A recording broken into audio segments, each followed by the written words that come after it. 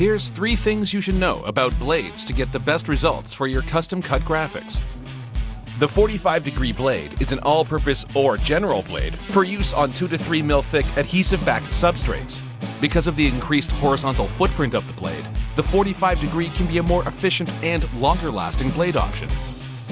A 60-degree blade is useful when cutting thicker materials, 4 mil or greater. It is also a good blade for fine detail work and will cause less lifting around the corners of your cut graphic. Because of its angle, the 60-degree blade is perfect for effectively cutting flock material and specialty heat transfer films.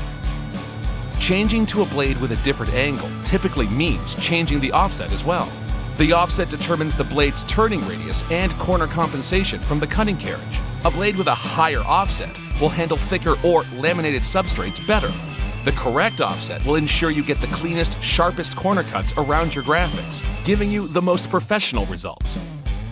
While there are no standard lifespans on cutting blades, you should keep extra blades on hand to change out frequently. If you notice a decrease in the quality of your cut graphics, lifting in the corners, or a need to continuously increase cut pressure to get through the graphics, it may be time to change out to a fresh blade. Keep these tips in mind when creating custom cut graphics. You'll save cost, time, and increase productivity. Visit the Roland DGA store to purchase replacement blades and other accessories for your Roland cutter and print cut device. For more pro tips, visit RolandDGA.com/RolandTV.